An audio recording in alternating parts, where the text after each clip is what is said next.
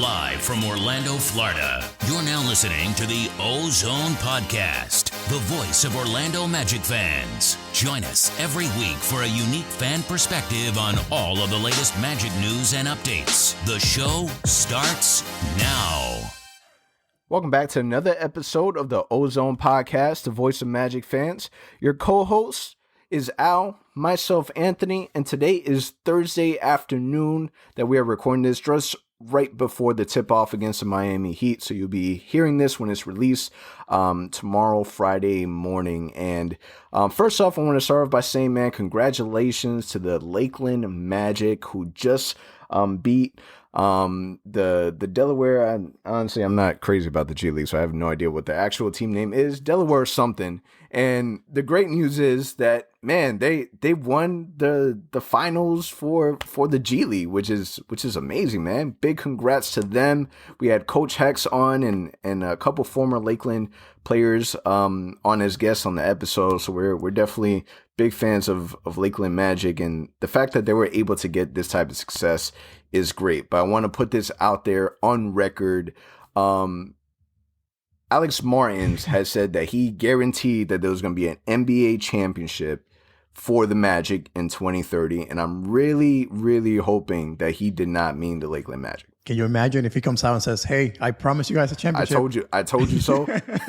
My fulfillment is done, completed. I saw that. I'm like, man, this dude better not feel like he's off the hook because this doesn't count. It counts, but it doesn't count. Man, I feel good. I feel so happy for Coach Hex. We had him on the podcast, and he's all about the G League, man. Like, this dude legit prefers to be in the G League, working hard with these dudes, than in the NBA, and that to me was admirable at the time when we had him on. And I saw him. He had a Instagram live after they won, and you could see how happy he was. So big congrats to him and the rest of the team. Kareem Mané, our two-way players out there playing, and he was doing well. So yeah, man, it feels good. But like you said, hopefully this is not what Alex Martin said meant as to winning a championship. But it feels good, man. It shows that our development team in the G League is that good that if we send a guy like Kareem Mané out there, he's going to get good experience and hopefully come back better than he was before. Yeah, your guy Devin Kennedy balled out. He had 22 points, and it wasn't just a little easy one. Well, it wasn't a close game. You know, they beat the Delaware Blue Coats is their name. That's Delaware Blue Coats. Man, these names are funky, man. But they beat them 97-78, and obviously they had a whole bubble process in Disney Wild World of Sports. So, you know, congratulations for them. It's big time, man. And in order for you to have a winning development team, it's huge because it shows that the process does work. Again, they're utilizing the same plays and the same workout environment. Like, everything is as similar to the actual franchise as possible, and they did good. So congratulations to them. Yes, sir. Now, before we get into talking Magic basketball, we're obviously post All-Star game or All-Star weekend, or not even All-Star weekend. It's All-Star game because they kind of condensed 3 days into one.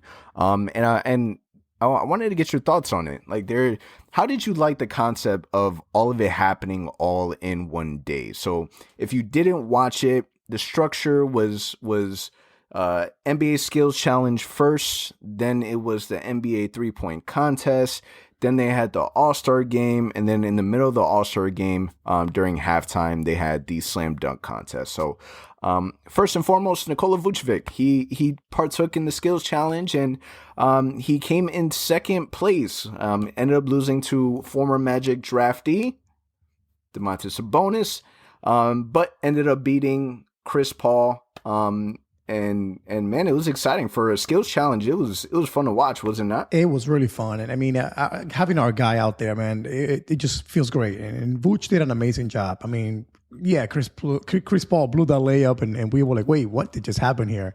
But having Vooch again make it to the finals, it's too bad he couldn't finish it. But at the same time, man, just having him out there, the Orlando Magic brand out there in an all-star environment, man, it feels great. And it seems like the Magic always do well. The dunk contest, having Dwight in the past, that's what it's all about. It's having your name out there represented.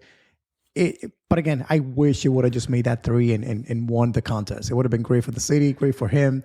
But at least he made it to the finals. So really, really proud of what Vuce accomplished in that competition. he had the opportunity, man. His jump shot, there's too much arc in it. It seemed like every shot that he took, it was taking forever for it to come down. So Sabonis was able to add a couple more shots in there. But man, he represented the Magic really good in that contest. The first time that he did it wasn't as great. This time around, he beat Robert Covington first, then ended up beating CP3. CP3 ended up missing that layup.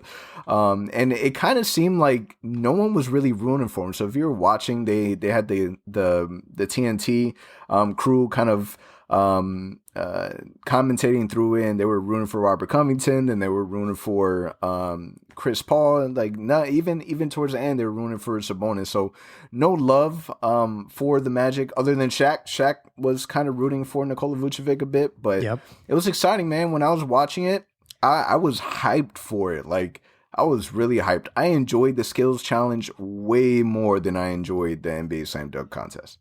Oh, for sure, 100%. And the funny story about me, so we're celebrating my mother-in-law's and father-in-law's anniversary. It's their 40th anniversary, all virtually via Zoom. So the whole family from Colombia is on, like 30 people on Zoom, and they're playing games. And I'm supposed to be paying attention to that, right? Like I'm next to my wife, and on the side of me, I have my phone with the contest going on. I'm expecting Vuce to be kicked out maybe the first, second round. All right, I'm not going to watch this too much. Man, as this guy started making it to the finals and making it competitive, I'm like, oh my goodness, here we go. I could not pay attention anymore to the Zoom call, and I just didn't care about that. But no, man, it was really fun. And like you said, it was much, much better than the dunk contest by far. I mean, not even close in my opinion. Yeah, the 3-point contest was really fun to watch. Steph Curry went absolutely bananas. And then the slam dunk contest, man, I was not a fan of the slam dunk contest at all. But, at first I was looking at it. You can definitely tell that they've made adjustments based on the last slam dunk contest. One of the first things that they did that I've noticed was the fact that the judges that they had were actual finalists for an NBA slam dunk contest winners from before. So you had Richardson, you had who's the other guy? Well, there was a bunch of them. Was Dr. J out there? Dominique Wilkins. So they had a lot of really big names in the slam dunk contest. And my first instincts or my first thoughts was kind of like, man, that's exactly what it should be. It shouldn't be no celebrities. It shouldn't be people from the WNBA. It should be actual people that have participated in the event previously. And I gave the NBA kudos for that. Man, they're judging. I don't know if they were judging harsh, but I can't remember the last time that I've seen a slam dunk contest where nobody got a 50. Now, I will say that besides maybe the first dunk, I can't remember the guy's name, but the guy from Indiana. Yep. His first dunk, I thought was 50 worthy compared to what we've seen in the past, but everything outside of that wasn't anything crazy. I wasn't excited about it at all. I'm 100% there with you. I think that was the only dunk, in my opinion, that was a 50. The first one. Everything else was kind of It wasn't that big of a deal. But another thing that was kind of weird to me is the judging was kind of inconsistent. So that dunk didn't get a 50, but yet the next dunk, I think it was Toppin that went next, did a nice between the legs dunk. Don't get me wrong, that was a nice dunk, but it was not a higher score than the first dunk from the Indiana Pacers kid. Like it was not even close. And then what are your thoughts on the final round where they actually didn't even have a score? It was you got to give a name. So that's a perfect example of what needed to happen last season, the season before. And I hate the fact that they kind of dubbed it. They nicknamed, obviously it's a TNT crew that did it, but they nicknamed it the D Wade rule, and now that's going to stick. That shouldn't be considered the D Wade rule. That should be considered the AG rule. Why? Because AG is a participant that forced these judges to go past the amount of rounds that they were actually supposed to do. I mean, you took away 2 trophies from the guy. Give him something, anything. Yep. I saw online people were even talking about that they should name the trophy after AG. That might be a little bit of a stretch, but at least something as simple as give the man his own rule so that it doesn't happen to the next guy. Because if you take a look at the names that did this year's slam dunk contest, you got Anthony Simmons from Portland, Orlando kid. You have Cassius Stanley, and then Obi Toppin. Obi Toppin was a player that I kind of expected. So I liked him as a contestant, just because through his college highlights, you know that the guy was a high flyer. But man, there's no big names. You expect a player like Zion, and I saw a post from John Morant that says that he wouldn't do it. So there's a lot of negative light on the slam dunk contest, and I feel like we've gone so long where people were saying that the slam dunk contest is dead.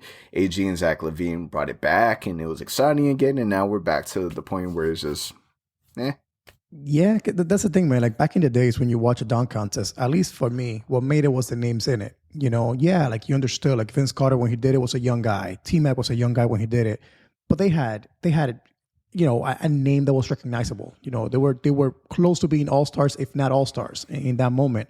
So you want to see those guys in the dunk contest. Right now, you know, John Morant, Zion Williamson, like you want to see those guys in the dunk contest and putting on a show for the fans. But this new generation, another thing that we were talking on Twitter recently, is they're afraid of losing. They're afraid of not winning the contest and, you know, having the fans now make fun of the fact that they lost the contest, which to me is ridiculous. There can only be one winner at the end of the day. That is why LeBron never did it. LeBron never wanted the spotlight on him. What if he loses it? Well, what is all the talk going to be now if LeBron doesn't win it? And I don't agree with that. I think if you're a great player, you're talented, you're an all-star, and you can dunk, hey, go out there and give the fans a show. That's ultimately what this is all about. It's the fans. It's a fun weekend. If you happen to win it, then congratulations. Great. You know, that's now added to your legacy. But again, these young fans these days, man, or young players, they don't have that in them to just give that show. They're all about what people are going to say about them. I don't think that should be the way that they should handle it. And listen, what makes it tough is the fact that you have a player like Anthony Simmons, and no knock on him, but he's a slam dunk contest champion. And Aaron Gordon is it. He won the slam dunk contest by getting close, like putting his face close to the rim. Like it was supposed to be a kiss to the rim. Obviously, it wasn't a kiss. It was really close. Exactly. But that was the winning deciding factor. Like it's not. I don't know. I'm disappointed. I'm disappointed with the whole entire event in general, and that's why you have a bunch of no offense, no names doing the slam dunk contest, and then you take a look at the roster for the NBA 3-point contest, and they take it so much more serious because to a player like Steph Curry that prides himself on shooting, to be a 3-point contest winner, to put that on your resume, man, that's another notch, man, and that's an important notch that they're very prideful for. Now, one thing that I wasn't crazy about is, so obviously Anthony Simmons, we know that he's from the Orlando area. He was named after Penny Hardaway, played basketball for Edgewater.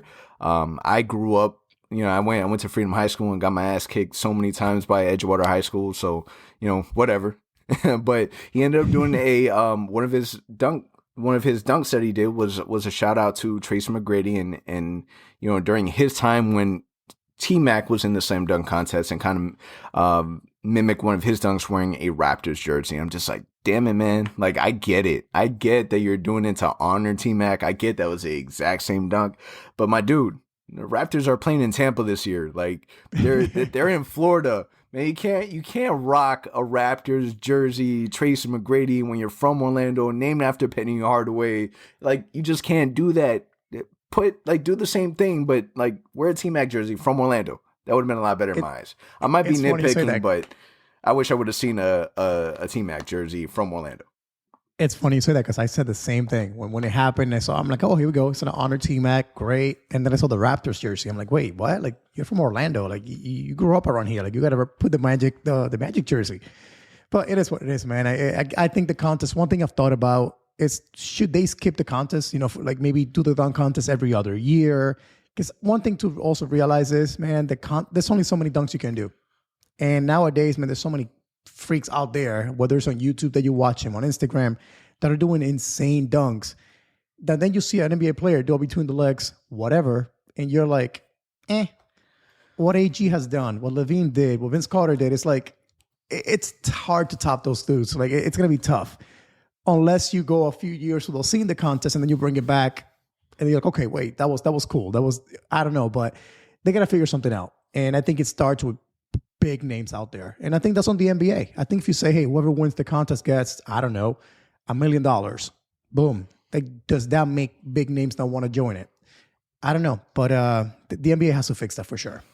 Yeah, but shout out to Nicola Vuchvik, who is now obviously a 2-time NBA All-Star, and during the game, he finished with a quick 5.7 rebounds, and the most important thing is that he represented Orlando. Looked like he had a lot of fun out there, and kudos to him, because it's a reminder that he is the only All-Star player that the Magic have had since Dwight Howard. So the fact that he was able to go out there and represent Orlando, I don't know, but for me specifically, I'm on team Vucevic Island. I pray that he is a player that ends up staying and survives this trade deadline. Now we're going to talk more in a little bit, but before we do, the Magic release brand new earned edition NBA jerseys. What are your first thoughts on the jerseys that they released?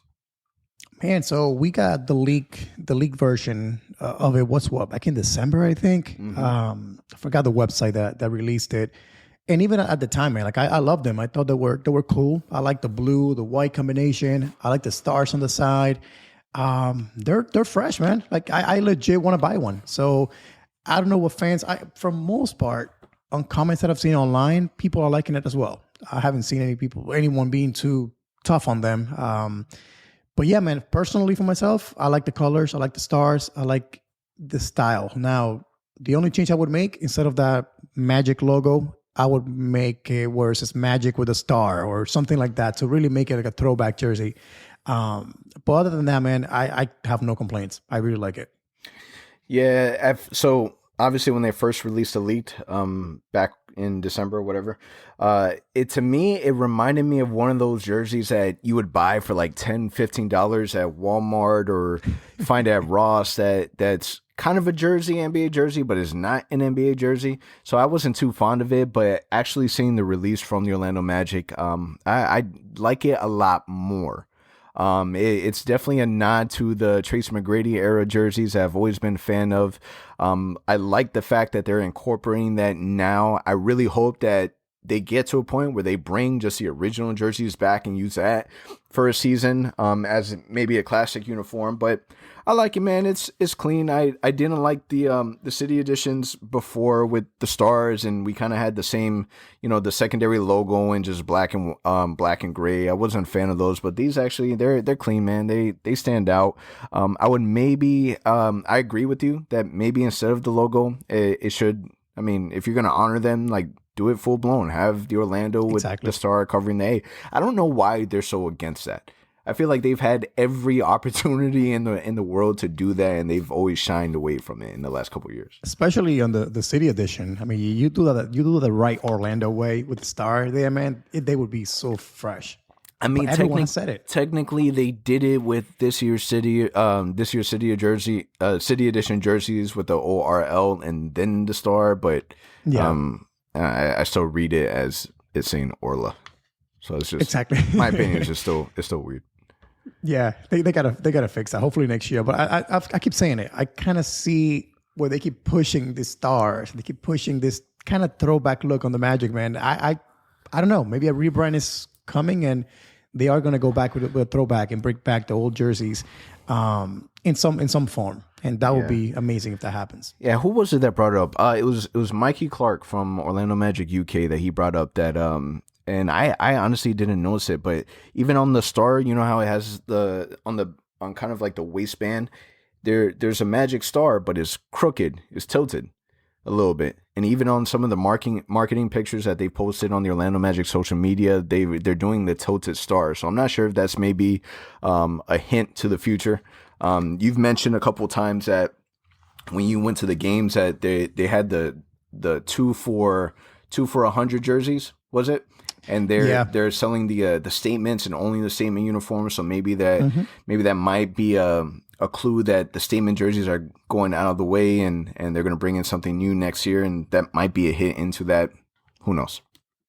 Yeah, it sure seems that way. And again, so weirdly enough, it will be the blue jerseys that are going to be going away, which will be perfect for them to bring back the Stars jersey, the blue ones, to replace them. So we'll see. But there are a lot of hints, again, being thrown around, whether it's in social media, at the games, what Corey and the DJ is wearing, DJ Strong.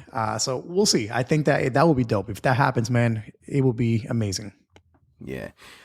We got a lot to talk about in regards to Magic rumors, but before we do, just want to touch base real quick on the injury updates. It was reported from Coach Clifford that Cole Anthony is still ways away, so apparently he's still feeling a lot of pain in that shoulder area, so it's still going to be a little bit before he's able to get back. Good news is that Aaron Gordon is returning. They confirmed that he will be active for tonight's game against Miami, and Fournier and Ennis are still out and will not play during the road trip to kick off the second half of the season. And then it was also reported today that Terrence Ross, out of nowhere, has a little soreness in his knee and will not be playing today. How do you get hurt during All-Star break? Dude, you've been off for a week. You were just chilling in Miami. How'd you get injured? I don't know, man. I don't know. That one's a little surprise. Yeah, that one's a little weird. I don't know how I feel about that. That one came kind of left field. But then obviously Aaron Gordon playing also, that's a little weird to me also. I feel like that was a little rush, especially in a game before back-to-back. I don't know. That seemed off. On a game where you have nobody, like you're not playing, Ross, Fournier. So pretty much it's a loss. Let's be real. Unless something crazy goes on, we're gonna lose tonight. Wouldn't you want to keep him, you sit him tonight and then just bring him back tomorrow maybe in San Antonio, or just on Sunday against the Heat at home? But either way, it's kind of weird that they're playing AG right now. But then again, as we'll talk about in a few minutes, the rumors here, I guess some people want to see AG back and see how healthy he is before maybe making a move on him. So maybe is that what the Magic are doing? Yep, because their word talks that other teams would want to re-engage back in talks and hopefully that or re-engage in talks once he's healthy enough. Now, Coach Clifford also said that he's expecting today to be able to put in some lineups and put players in positions that they've never played before. What does that mean? Are we expecting Kim Birch to play point guard? Are we expecting Dwayne Bacon to play center? What player would you put out of position? That makes sense. I think we're just so short staffed right now. We have no bodies. It feels like we have small forwards, power forwards, and centers right now. It feels like. But does this mean you might see Mo Bamba play together with Vuce, which is something that we all kind of have wanted to see, just kind of see what that looks like? It's a low season, man. Like what are we doing here? If you don't try it now, when are you going to try it? But yeah, I think you may see some weird things. Like AG may play the small forward. He was mentioning. So you may see an AG, Aminu line up together, which that's a starting lineup tonight. But yeah, I'm intrigued to see what that means and what that means not only tonight, but then also tomorrow on the second game of back-to-back, where does AG even play? But I was hoping that after the break, our team was going to be healthy. Cole was going to come back. AG was going to come back. And, let's see what our team actually starts looking like a little healthier. And here we are. We're actually probably worse than we were before the break. Yeah. Makes no sense. Yeah, it's weird. But the good news is that hopefully we're going to get a lot of answers to our questions really shortly on the 25th, which kind of leads us into our next topic, Magic rumors. So let's start off with the very first one. So apparently the Miami Heat, San Antonio Spurs, Charlotte Hornets, Boston Celtics are interested in Nicola Vuchvik. However, according to other reports, the Magic are not interested in trading for him. When we take a look at a team like the Miami Heat and the Spurs, because obviously we kind of already heard the Hornets and Celtics they're interested in Vooch, but are these two teams surprising for you? And then is there anything that you want, anything that stands out to you? If you were to trade Vucevic to any one of these teams, is there any player in mind that you have? So to Miami, number one, I don't see the fit, right? So they have Bam already, and Bam, I think, younger. I don't see what the fit would be with the Miami Heat. San Antonio, a lot of people, whether it was on Twitter or Instagram, whatever, seem interested on that, on how do we make that trade work? Because they do have some young pieces that make you wonder, like, hey, what if we can get one of those young guys, especially wings? So I'm pulling up their roster here right now because we've talked about it, but I feel like I can't remember their names right now. But when you think about someone like Keldon Johnson, or you think about, not Murray, we're not going to get Murray from them, but Devin Vassell was a name that we wanted the Magic to draft. Can you get him in a deal? Lonnie Walker, someone that hasn't been used, it feels like, at all this season. So those type of names may be intriguing. And then you add to that some salary relief, maybe an expiring contract. And on top of that, maybe a pick. So now you're, from a Magic perspective, you're thinking of it as we can save salary. We can add a young wing, which we haven't really had in a while in Orlando, and a pick. That may be interesting. And that may be the team that can do the best outside of maybe the Hornets. But again, I don't see that happening. So from the teams that we're talking about right now, the Heat and the Spurs, I would go 100% with the Spurs on any sort of trade talk. Plus, we're not going to trade Vuce to a in-state rival. Yeah, it's not going to happen. Why in the world would you want to trade a player to a team that you're going to play them way more often? It doesn't make sense, especially to the Miami Heat. Now, if we're looking at all the different teams, because the only way that the Magic would be in play for Nicola Vuchvik is obviously if they're blown away. But what does that mean? When I take a look at, like, for example, the Miami Heat, players on their roster that I could be interested in. Obviously Bam, but we know that they're not going to part ways with Bam. They got Tyler Hero. They got Duncan Robinson is somebody that I would definitely want just for shooting. You got the rookie that they just picked up, Precious. Maybe if you're looking to dump salary, that way you're able to be a player in free agency, maybe you can kind of look at that as a couple options. They got players like Maurice Harkless. They still have Andre Iguodala. Is that somebody you want? A Dragic, but that really doesn't make sense. Like there's not. Hey, Miami is. It's not a team that I would want to be trade partners with, just because I don't want Nicola Vucevic to be a pain in the ass for us for the next couple years. Exactly. Yeah, no, like I said, I don't see it in any way, shape, or form working out with the Miami Heat. Again, the Spurs maybe, but the bigger takeaway out of all this is Mark Stein then reported last night that there's strong indications that the Magic are not listening to any trade, not even listening to trade rumors or anything, any sort of requests for Nicola Vucevic, which we all kind of expected. Now, we know when there's rumors about Vucevic out there, it is not the Magic leaking it. It is not the Magic front office by any means. It's other teams trying to instigate things. And this goes in line with what me and you have both thought, which is we don't see him being traded this season. It's going to take the world, as somebody said it recently. It won't. I don't see it likely this season, only because Vuce is that person that can stabilize the roster next season. He can stabilize the roster. He can keep us competitive when Markelle, J.I., and the rest of the team is back next season. So I don't think the front office is ready to say we're going to restart from zero right now. That's not the case. I think they're going to be fixing some things around Vuce, around J.I., to make us competitive and remain competitive. So for that reason, man, I think we may hear more teams come out over the next few weeks, but at the end of the day, Vuce will be in a Magic uniform next season. I have no doubts of that. Yeah, I would definitely wager my mortgage on the fact that Nicola Vucevic will still be on this roster. I definitely wouldn't really put my mortgage on the line, but if I were to, and I was that crazy enough, I am that confident that Nicola Vucevic isn't going anywhere. The people that I would be looking at as potentials it's going to be your Evan Fournier. I honestly do not see if this man is still on the roster past the trade deadline, that's it. That man is gone for free. All that development that we put into him, all that time that he's had with the Magic, all that is gone out the door for absolutely nothing. The problem with Evan Fournier is the fact that he's an expiring contract. So what can you really get in return for Evan Fournier?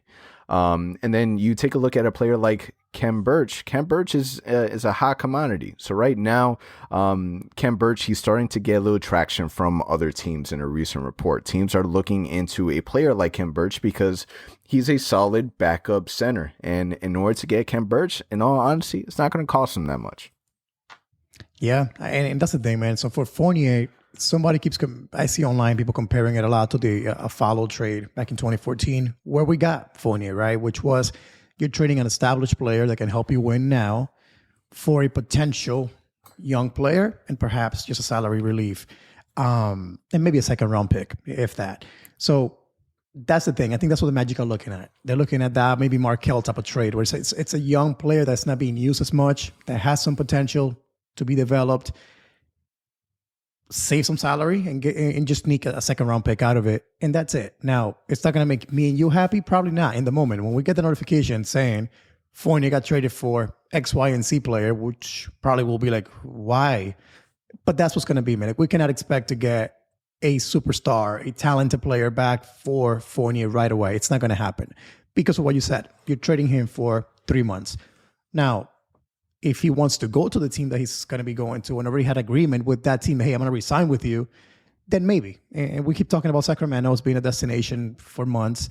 Then maybe that will get us a little better return. That may be a guy like Buddy Hield coming back to Orlando, which again, there's some questions about that because he makes so much money. His contract is quite large.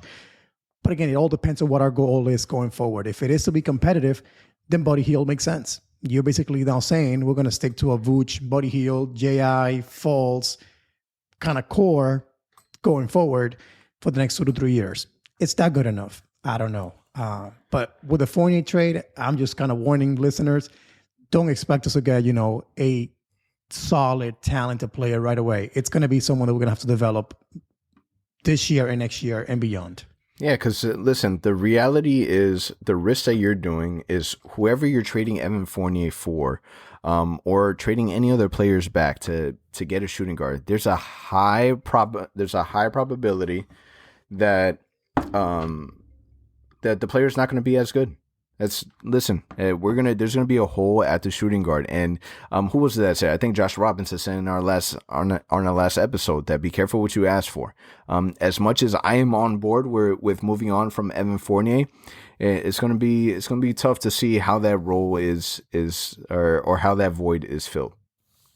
Yeah, and I'll be the first to say it. We're tough on Fournier. We all have been, especially on our podcast. Me and you. Justin, it's a big fan. But the reality is, right away, he's a good fit at the shooting guard position. He really, really is. The problem is, again, he's about to get paid.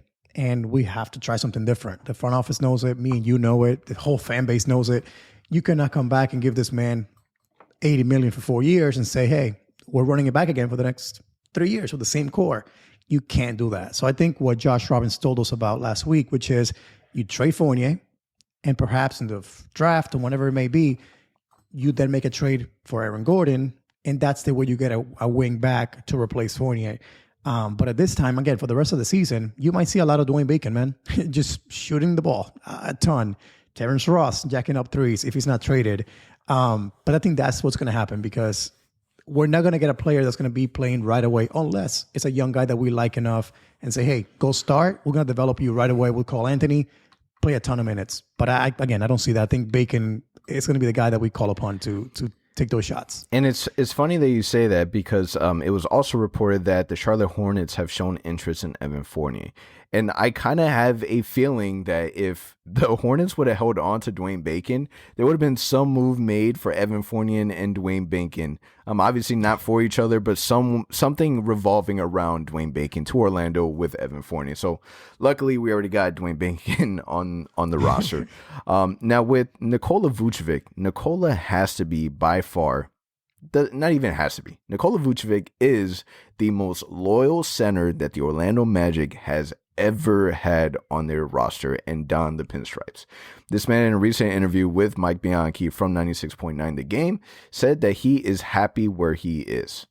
And in that same article, he stated that, when he resigned back with the Magic, he knew that, it's going to take a little while for them to be good. And obviously he's aware of the different injuries. This man is still happy playing for Orlando. And I think that people take that for granted. A lot of people have said, and a lot of the feedback, when I say that I want to keep Nicola Vuchvik on the team, is what has this man done in the last 10 years? But we're not talking about Nicola Vuchvik the way that he's playing now. He hasn't played like that for 10 years straight. This is a different caliber type of player. The dude is a baller. I will debate with anyone that he right now at this very moment is a top 3 center in the NBA, better than Bam, better than Karl Anthony Towns. I would debate that right now at this moment. Now, I'm not saying that, there's a major comparison between the two. Obviously, Karl Anthony Towns, if there's a way to trade for Karl Anthony Towns, you do it because he's younger. And he's already playing at a high caliber level. But right now at this moment, it's Nicola Vuchvik. And you don't have to make any moves. And the way that I kind of always saw it is, let's say and obviously this is hypothetical, but let's say Nicola Vuchvik wasn't on the roster at all, and this is the team that you have. Mo Bamba is your center, Cam Bridge is your backup. If the Magic were to make a trade for Nicola Vuchvik, and Nicola Vucevic is now on your team, everyone would be hyped. Everyone would be excited. Man, things are going to turn around. Things are going to change. We're going to make it to the second round. If you were an outsider looking at the player that Nicola Vucevic is, he's on our team already. The dude is already, he's already gave us 10 years of his NBA professional career. And the fact that he still wants to be with us and you're trying to trade him away, doesn't make sense to me. I am 100% on board with not moving Vucevic and having that man retire in a Magic uniform, win or lose. And like you said, he wants to be here. That's the most important thing, because we've had, unfortunately, two great centers in the past who chose to walk away. Dwight, in the middle of a play of a great roster, he wanted to walk away from it. And then Shaq, unfortunately, after making it to the finals, he decided to go to LA. So, I mean, like you mentioned, I've been tough on Vuce in the past. I'm not going to lie. I've been here since 2016, watching the Magic day in and day out. And I've wanted change. I've wanted something different, just because, again, there's been so much losing during this period. But like you mentioned, the way that he's bounced back after the tough series against the Bucks a couple of years ago, and the player he's become after that, plus his loyalty, man, you got to respect that. You got to want to have this kid around for many more years, hopefully. But then again, there are those that say at some point we're going to move forward and make a move. You know, if Bamba ever gets to be that player that shows the skills have developed enough to replace Vuce, and Vuce is an expiring contract at that point, then we can have that talk at that moment. But right now, there's no denying Vuce it's a right center for this team. He is the all-star that we currently have. That, again, we, like you mentioned, if we were trading for him, we would love that move 100%. Celtics fans are dying to make a move for Vuce. Hornets fans want Vuce. Spurs fans want Vuce. Like, so, you know, it's not someone who we just think is good. The NBA is noticing he's a great player. And again, we got to have some patience, because, again, we are going to get someone like J.I. next season, which is going to even make Vuce better. It's a better defender next to him. It's going to fix a lot of mistakes that he makes on defense. So that's what I think the Magic are thinking, is that it's only going to get better from here when you think about the defensive side of things for the Magic. But we'll see, man. I think, like you mentioned, you got to honor and respect the loyalty that he has shown to the city of Orlando. And not only that, but I know we posted it on Magic HQ today, but Terrence Ross saying, I don't want to be traded. Let's see what happens. But that I don't want to be traded part, he said it later on in the podcast too. He actually loves Orlando. It cannot get any better than this. So as an NBA fan listening to that, you see the loyalty from Vuce. You're seeing Terrence Ross, who signed here, not want to go anywhere else. It's good. It means whatever we're doing, the little culture we're building, it's working. And guys want to stay in the city of Orlando. And again, that alone deserves a lot of credit for our front office to have built that in here.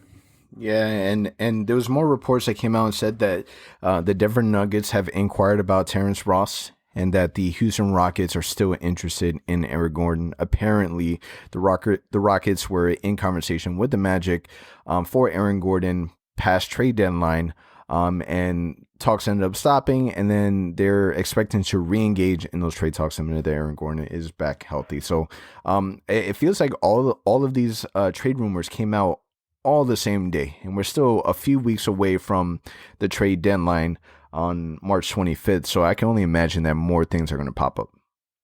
Oh yeah, I think over the next 2 weeks, it's going to be fun as a Magic fan. You know, we love this time of the year. I know me and you both do. We're always on Twitter, hit and refresh, and what's the latest out there. So for all Magic fans, you know, hold on tight. It's going to be a lot of rumors going on. It's going to be a lot of crazy things being reported, and a lot of it won't even happen probably, but that's what makes it fun. It's the suspense, what's going to happen. You're sitting on the edge of the seat always kind of wondering. Last night that happened. Mark Stein, when he reported the Magic are sending strong vibes, that we were all on notice. Like, hey, wait, what? What's happening here? So get ready for that. It's going to be a fun 2 weeks for us. Yeah. And listen, maybe the Magic don't have to do much. So Jonathan Givany was just talking about the 2021 NBA draft, and he said this about the top 5 prospect. I think it's important to say right off the bat that the top 5 of this class are pretty spectacular. Definitely one of the best I've seen in my nearly 20 years of covering the draft. The top 5 NBA draft prospects for this year, they're talking about them as if they are franchise changing. Like any one of these five are expected to be studs. And the five are Cade Cunningham, Jalen Suggs, Jonathan Kuminga, Jalen Green, and Evan Mobley. And right now, out of every single mock draft that I've seen, they have the Magic listed as one of the top five. And the way that the structure is changed with your records and the percentage of where you might fall, the top three, it's the exact same. I can't remember what the exact percentage is, but man, there's a high likelihood, as long as you're in that range, that you're going to get a really good draft pick, a stud in the top five. So it's something to be excited about. If nothing happens, don't hit the panic button. We're okay, man. The Magic are just injured right now, and now you're adding a stud, not just a draft prospect with potential, an actual stud to your roster that may be a game changer. When you take a look at other draft picks from the past, just imagine, or even just take a second to look at how much of an impact Luka Doncic has been to the Mavs, or Trae Young has been to the Hawks. All it really takes is that one player to change a franchise, and you can do that through the draft. And the Magic don't even have to tank. We are tanking naturally with injuries and the way that we're playing. We're naturally getting there. So if something doesn't happen during this trade deadline, it's okay. Breathe, relax, because there's still an opportunity for us to get a lot better next season with just us getting healthy. And then you add a stud to that mix. Who knows what can happen? Yeah, 100% agreed. I mean, we've been talking about this for a while, about this upcoming draft, and what the Magic should do is tanking the right way to go about it.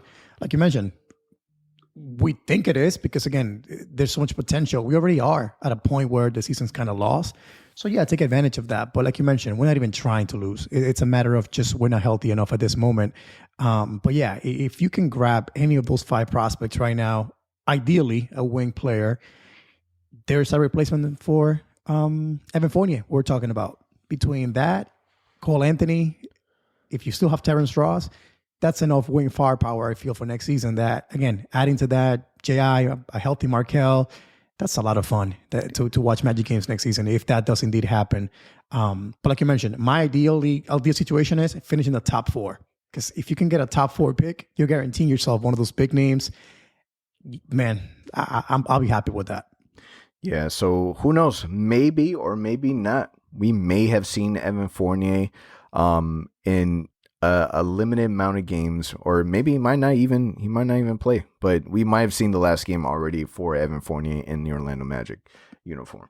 Who knows? Do you think he comes back? So I found it weird that, again, after a week off, you come back and you don't play. There's about 6 games before the deadline, 2 weeks to be exact. Do you see him playing, or do you think this is it? The team's gonna just play it safe with him? Yeah, I don't know, man. It's so hard because you, as a fan, you exaggerate any little thing. You're trying to read in between the lines. I find it ironic how Evan Fournier is still out. I find it ironic how Terrence Ross isn't playing today. I think that he may not play another game. Why risk it? If he knows that we're putting him in trade talks, and the Magic are trying to get something back in return, why would you even risk? Imagine if something were to happen, this dude gets hurt, and now you're trying to trade an injured, expiring player. That's not a good recipe. The reason that I asked is because that was my reaction. I was at the game when he got hurt and he went back to the locker room, and that was my reaction. I'm like, wait. So now we played this dude in a meaningless game here, and all of a sudden he might get hurt long term, miss the rest of the season. Now we can't trade him. So I found myself thinking about that, not thinking about the actual game, not thinking about the final score of that game, but thinking about the consequences of that injury. So it's funny, man. So as Magic fans right now, it's a weird time. I'll admit it. You're kind of rooting for the team to lose in a way because you want the high pick. You don't want to see guys like Fournier playing because you want them to be safe for the deadline. It's a weird time right now. I'm not going to lie. I can't wait for the deadline for that purpose also. Like, I just want to be able to enjoy the games and not think about guys getting hurt anymore. So it's been a wild ride this season. Yeah, and I wonder how that conversation goes, because obviously you reporting out that Evan Fournier isn't playing due to an injury really doesn't help his stock in the trade deadline either. But I wonder if the GM, if Jeff Wellman's calling up one of the other GMs and saying, listen, I got Evan Fournier, but he's not playing right now. He's not really hurt. He's all right. We're just trying to, like, how does that conversation even come up? I'm sure that there's some type of of professional communication that occurs that kind of tells him, listen, we're not playing him in California because, you know, we're trying to move him. And it's kind of expected, but he has been dealing with that back issue, and that back issue has been lingering for some time. Yeah, I think it comes down to exchanging medical records at that point. You know, if they really are interested, say it's the Celtics, for instance, they're really getting serious about it. Hey, we'll send you the medical records. Here you go. He is healthy. It's just, again, we're holding him out because we know he's not going to come back next season with us. So that's kind of what would happen at that point, I would think. But we'll see. Maybe we do see him back over the next couple of weeks, and we do see him play in Orlando again before it's all done. Yeah, man. So it's gonna be an interesting next couple of weeks. We do have the Miami Heat that we're playing tonight at 8 p.m. in the next 10 minutes. We also have San Antonio on Friday, so that's gonna be the second to our back-to-back. We play Miami again on Sunday, and then the team gets a little bit of a break. They got Thursday will be the next game against the Knicks. What are you expecting as the record for the next 4 games? Your predictions? It's not looking good, man. Not only without injuries, but we're starting that second half of the schedule that's supposed to be, as of right now, the second toughest in the NBA. Only the Rockets have a tougher schedule than we do. I'm going to go in this week with 1-3. I think we some way, somehow sneak in a win in there somehow, whether it's one of the Miami games. We always seem to play well against them, or that Knicks game. Maybe we steal a game from the Knicks at home. I'm sorry, that's on the road, actually. So no, it's not even at home. Yeah, I'm going to go with 1-3. I don't think that we win one game. I think we lose against Miami, San Antonio, Miami, New York. I think we go on a losing streak. I think personally, that's if you're on the tank wagon, that is really good news. You're not expecting anything more than the 4 losses straight. And I think that in the position that we're at, where it's in my opinion, not that it's a lost cause, because you never know. The Magic could end up going on a little bit of a run with Aaron Gordon back and still somehow find their way in the playoffs. The East is just that terrible and that bad. You never know what can happen. We could still be in the lottery and be in the playoffs. The East is just insane the way that it is right now. Yeah, right now we're what, 4 games back or 4 losses back from that 10th seed. So it's not out of reach. Still attainable. Yeah. But again, the schedule that we have left and the fact that we're so injured still, I think doesn't really help us. And I don't think, honestly, the team wants to pursue that 10th seed anymore. They won't come out and say it to you. Clifford won't say it to you. But again, what's the point? You're so close. You're 2 months of just giving up on the season and ideally get a amazing talent in the draft. And all you got to do is struggle 2 more months. Just put this behind you. Let it go. Let the young guys play. Forget about the season. And then you come back next season reloaded with a full team and a great prospect. It's a win-win for the Magic, I feel. I know we want to win, but again, the benefits of just losing for 2 more months outweigh the making the playoffs, I feel. Yeah. Who knows, man? We'll find out in a couple of weeks what ends up happening. March 25th is the NBA trade deadline. Al and I will be doing some type of trade deadline coverage. Might be doing it on Instagram Live on the Orlando Magic HQ page. Still trying to finalize a few things, so definitely be on the lookout for that. And man, that's pretty much it, man. We'll see how this ends up going with the next 4 games and whatever reports end up coming out. Because if we've already gotten this amount of information in regards to what communication has been happening, I can only imagine what ends up coming up soon. But Al, let's close this out. What are your final thoughts? Final thoughts is just let's not have more injuries.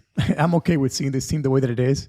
Just don't, like Terrence Ross, don't drag this on to be an injury that becomes that he's out for 2 to 3 weeks. Hopefully something minor. He's back, unless there's some trade stuff happening behind closed doors. We don't know. But just stay healthy. I do want to see Cole Anthony come back. I was really kind of disappointed to hear that he's ways away. And we all heard that he was going to come back after the break. We don't know what that means. But now hearing that makes me wonder, is that more closer towards April, or is that, I don't know, man. But I want to see Cole play. The amount of experience that he can gain in this next 2 months, it's far beyond anything he can learn in the offseason, in the summer league, and in training camp. So I want to see Cole play, and I want to see Mo Bamba play. So that's my takeaway. I want to see Mo get some minutes, and hopefully we get Cole back at some point here soon. Man, Cliff loves that phrase, ways away. when talking about an injured player. It's crazy.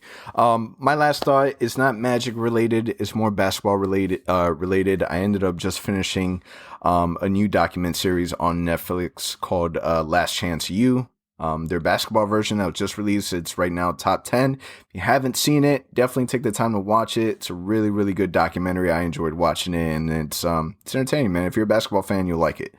But other than that, man, I appreciate you guys for listening. That's a wrap. Until next time.